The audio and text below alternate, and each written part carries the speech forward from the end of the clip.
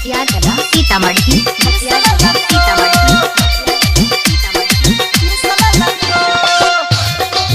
Recording by Sona recording studio Triveniganj Supaul.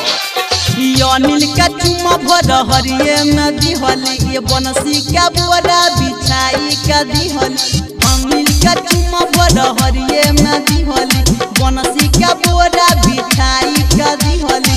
Dharmendra Nirmaliya टिप देलको धर्मेंद्र निर्मलिया टिप देलको तोहर छोटे छोटे छोटे छोटे छोटे छोटे तोहर छोटे छोटे जवाना के मिस देलको तोरा पोटे के कुन छौरा किस देलको। अनिल का चुमा भर हरिये में दिहली बनसी का बोरा बिछाई का दिहली। अनिल का चुमा भर हरिये में दिहली बनसी का बोरा बिछाई का दिहली।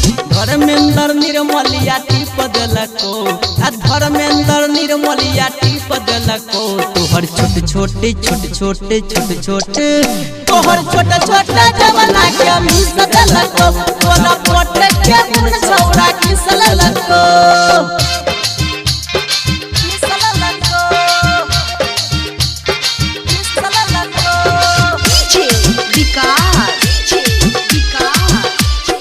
Recording by Sona recording studio Triveniganj Supaul. हमारा से मिले खातिर आवे रही खेत में हमारे डालला कहाँ बिया रहो पेट में। हाँ हमारा से मिले खातिर आवे रही खेत में हमारे डालला कहाँ बिया रहो पेट में।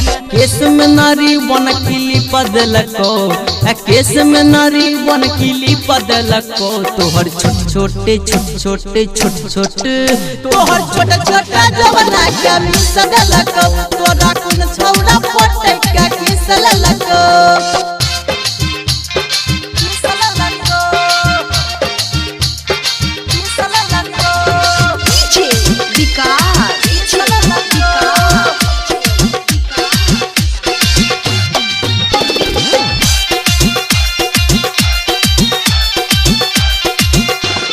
पर कस्ते आगे सममला रहो सेट गए राजा संतोष सकर रही भेट गए।